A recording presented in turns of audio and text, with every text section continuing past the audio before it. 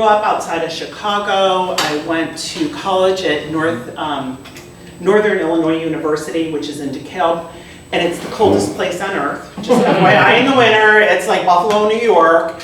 And that's where my two sisters had went to school, so that's what I didn't know anything different when I was young. I just like, okay, yeah, I guess I'll be going to college over here. So I graduated with a degree in finance, and I always had an interest in real estate, and I did buy my first property at 23, so pretty young. But I did a bunch of different things in my life, the early life, and that's why I tell young people, go out and find out, try some different stuff when you're young, and then you can kind of figure it out along the way, really what you want to do. But I did have that interest in real estate pretty young. So I did a bunch of different things. I married my husband. We moved to Sacramento. And I had in Illinois, when I lived there, I did have a real estate license there as well, but never really used it. And so my kids are young. We moved to El Dorado Hills. And I decided, okay, it's time to get serious. Like, I have to figure this out, what I'm gonna do for my career. And I'm 40 at this point. And I decided that I really wanted to go into real estate. I had never owned my own business before. I had always worked for other people. But I decided that that's really kind of, I had interest there. I had some experience there. So that's how I ended up.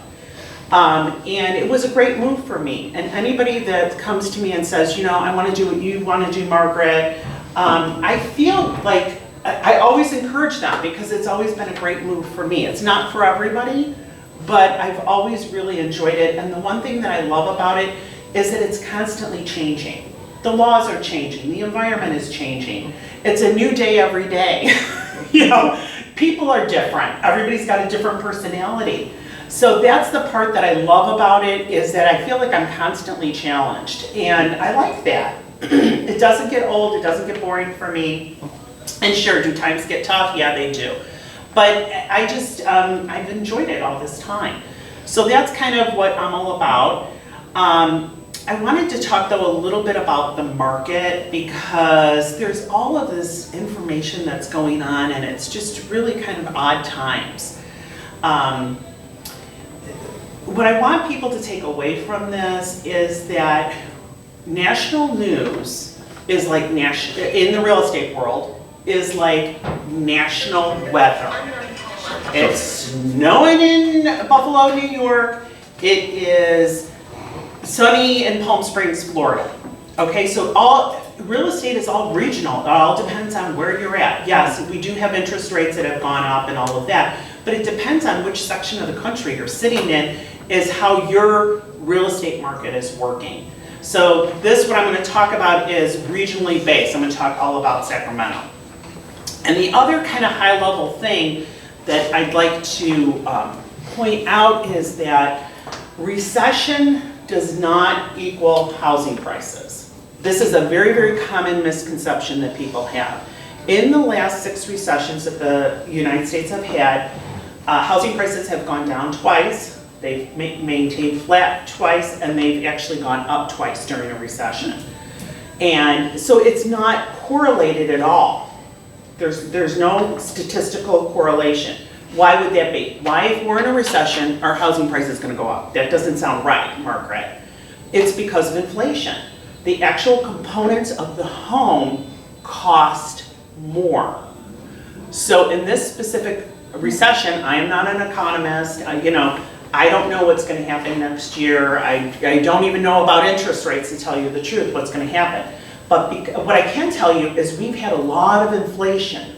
So that's why the housing prices, one of the reasons that the housing prices have gone up, because if you bought a dishwasher 5 years ago, that dishwasher was cheaper than what you're buying it today for. So that is kind of what's happening in the current economic, market that we're in. So, current economic market. Interest rates, 6.5%. So that's tough, The good news is that a lot of the buyers have gotten used to it. They just have wrapped their heads around it. This is what it's going to cost me. And the market is moving forward. Now, why hasn't the entire market collapsed with 6.5% interest rates? Well, there's a lot of reasons for that. And the number one reason is that people that have bought maybe 5 years ago, they bought at a lower price and their interest rate is at 2.5%. Those people are not moving. I'll remodel my house, I'll add an addition, I'll put the pool in, whatever, but I'm not moving out of my 2.5% interest rate. Right. So because of that, and people say the market is slow or whatever, what they mean is there's fewer homes on the market. So we are doing fewer transactions for sure. And it is down in our market. And when I talk about our market, I'm going to talk about Sacramento, El Dorado County, and Placer County. So I'm talking about the whole, and a little bit of Yolo too. So I'm talking about the greater Sacramento area. So we're down about 30% in transactions. So our question would be then, who is selling and who is buying? You know, that's what you really got to kind of focus in on in the real estate market and what we're doing today. And what we're seeing is that who is selling? People that are older, that are got the big house, and they might even be on some property, they want to downsize. Interest rates don't make a difference to them because they're not going to get a loan. They're going to sell the house and they're going to buy the other house by cash.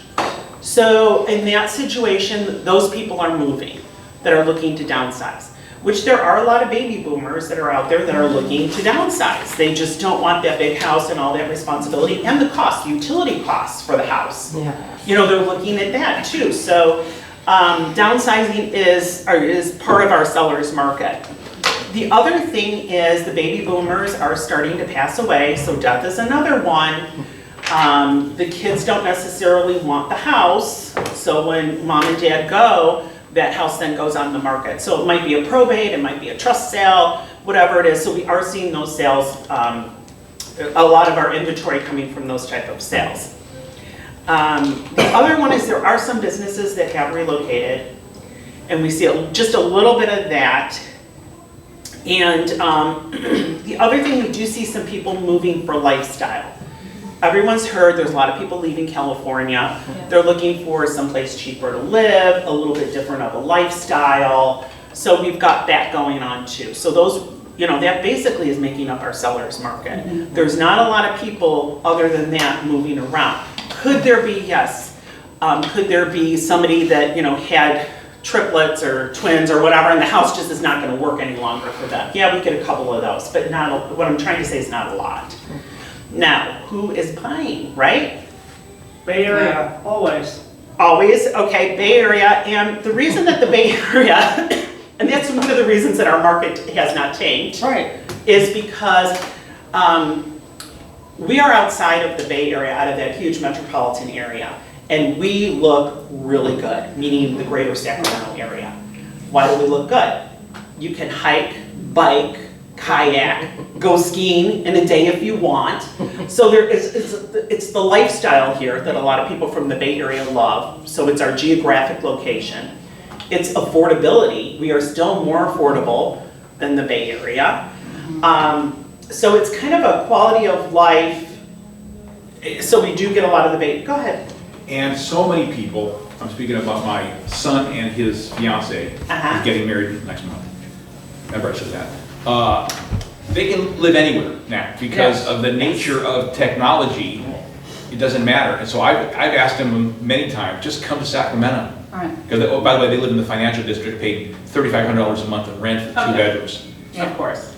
Of course. My daughter just got a job in Redwood City, and she's going to rent a room. And we're thinking it's going to be about $1,500 a month to rent a room and have your own bathroom. Terrible. Yeah.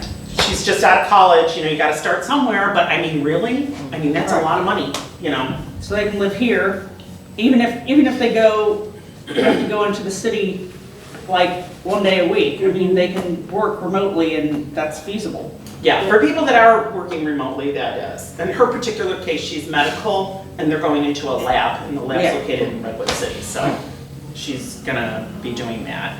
On a side note, and then the other person who's buying, or the other people, are first-time home buyers. Right. They're tired of renting, and just for all the reasons that we just stated, how much rent are they paying, where that could be going towards a mortgage payment.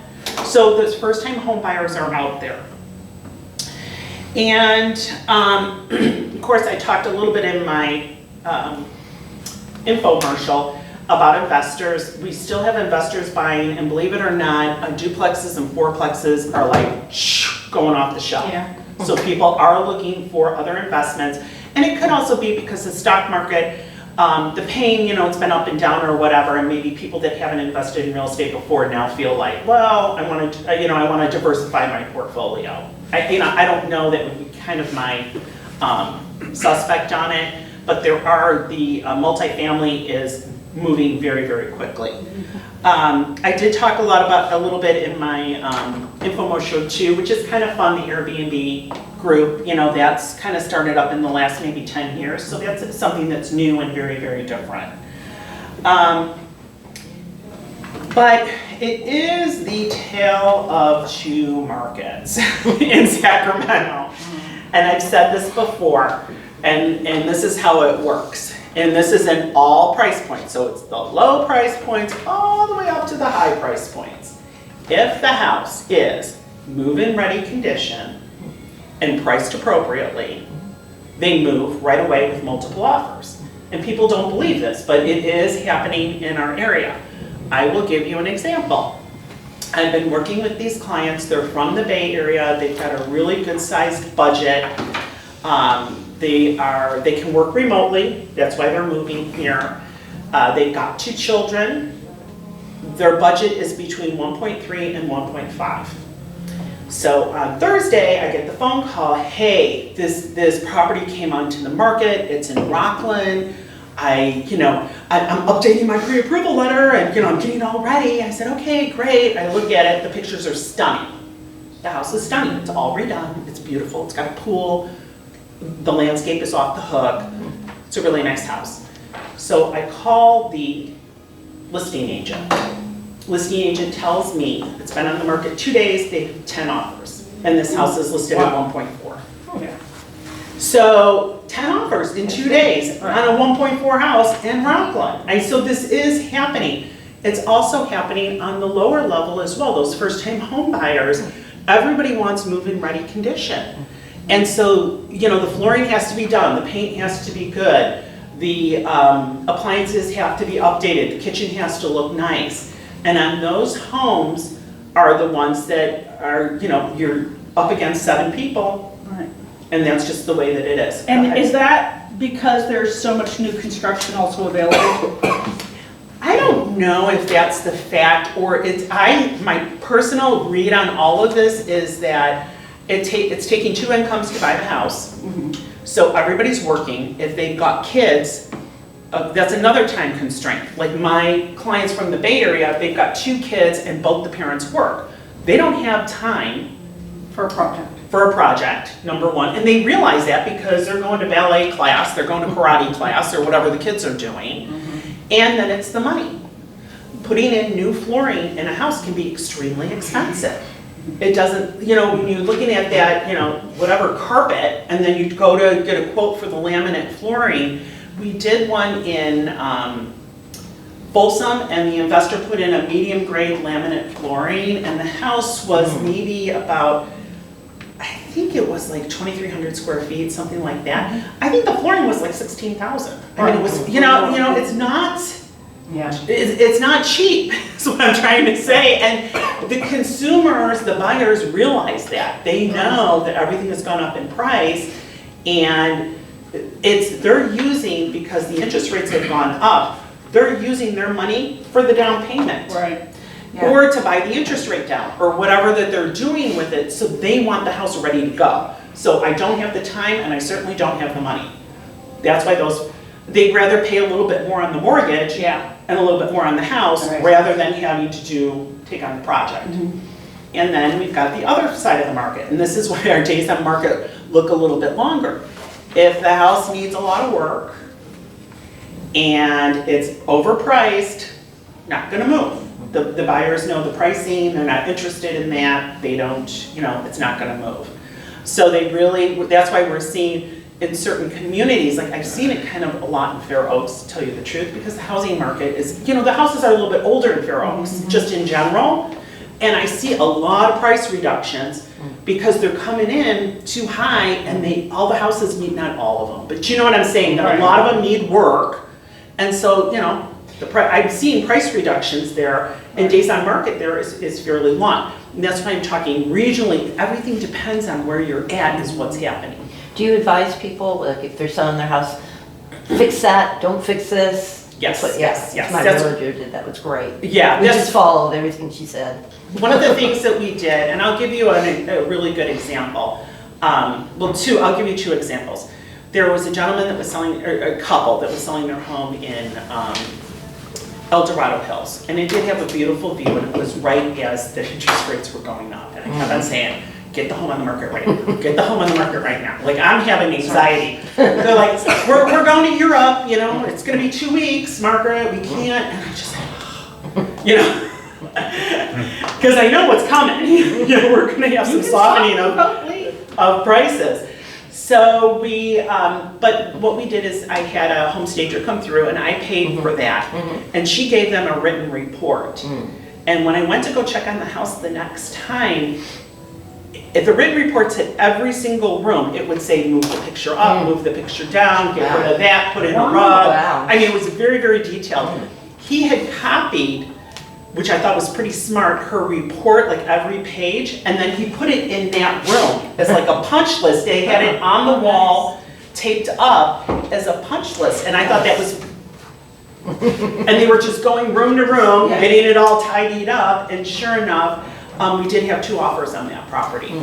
So in that scenario, in Fair Oaks, home that needs more work, etc., would you recommend them just maybe renting it out until things settle out, or? You know, it depends, because we, and I can show you another thing, I'll pull it out next. I don't see the market tanking down. I personally don't see that. The other thing, I will use this caveat as well. A lot of people will say, people on the national news, our market goes up and down. We have natural real estate cycles, okay? This is not like rocket science here, right? And you'll hear some talking head that'll say, for the last 5 years, housing prices are gonna go down. Housing prices are gonna go down. To me, if you say that for 5 years in a row, that's not a prediction. Right. You know what I mean? It's a natural cycle. I could say that, and you know, and I don't need to be on the national news. So that part of it is kind of, I personally don't see the prices going down. The thing is, I always ask them, what's the end goal? Yeah, are you moving out of state and you're never going to come back to that house again? You know, you might want to just sell it. Take your gains and, you know, move on. So all kinds of, it depends in the conversation about what they want to do next. Right. Or what they want to do with the money too. You know, how they want to divide that up. The other thing is it also depends, you know, you do get the step up in basis. So if somebody has passed, you get that step up in basis, which means that you're not going to pay tax on from what they paid on it to what it appraises out for the day that they passed. So for children, adult children, you know, that's pretty good because they're getting that money. Basically, you're not going to pay capital gains on it. So that's another consideration, is the tax consideration on renting. Right, gotcha, thank you. Is what I would say. Okay. And I think that's all I have for you guys. I'll just give you this one. I know it's really hard to see. This is the median sales price, okay, throughout the years in our area of Sacramento, Placer, Yolo, and El Dorado counties. This is 2018, 2019, 2020. You see what happens in 2020. The median home prices start to go up. They're getting away. Okay, yellow is 21, where we had from 20 to 21, you see a huge price increase over year, okay? Then, and we're doing it in 2022 too, but then the interest rates went up. So we did have a correction in the market at the end of 2022 for the median prices. But what's interesting is 2023 is the black.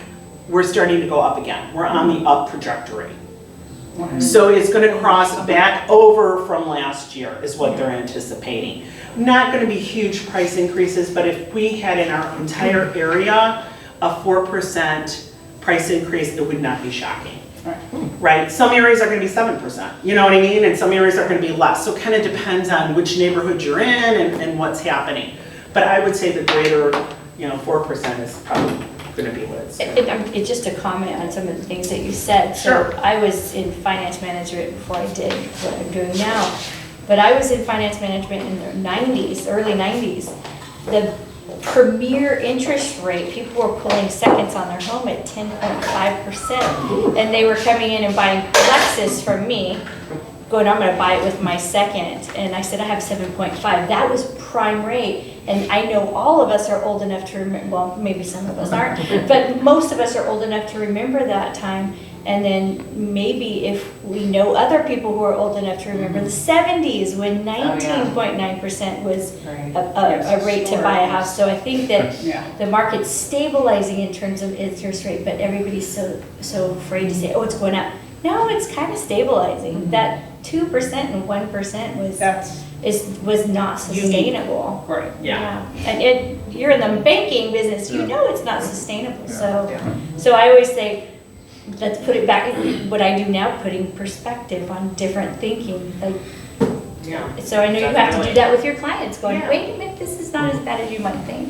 Yeah, and like I said, those first-time home buyers that everybody was in shock when they first went down, or when the interest rates first went up, there was a lot of sticker shock and panic and whatever. But it turned out the people that did wait, the prices went down a little bit and now they're going up a little bit. So it's not like you necessarily, if you're trying to, timing the housing market is like trying to time the stock market. Very difficult. So, and I know some people that have done it, but the majority, if you need a roof over your head, buy a house. Or buy what you need to do. So any other questions? And then I'll get, because we're gonna go. What is the average time that a family stays in a house currently? Like in our area? Right, it was, believe it or not, it was something like 5 years or 5.5 years. I've always said 5 to 7 years. Okay, and it's over 7 now. Okay. So that is definitely, people are staying put. Okay. So that has been a change. That seems so short to me. I know, especially me. Oh, yeah, one house for 18 years, another one for 23 years. Yeah. All right, well, thank you very much. That's all I have for you. Thank you.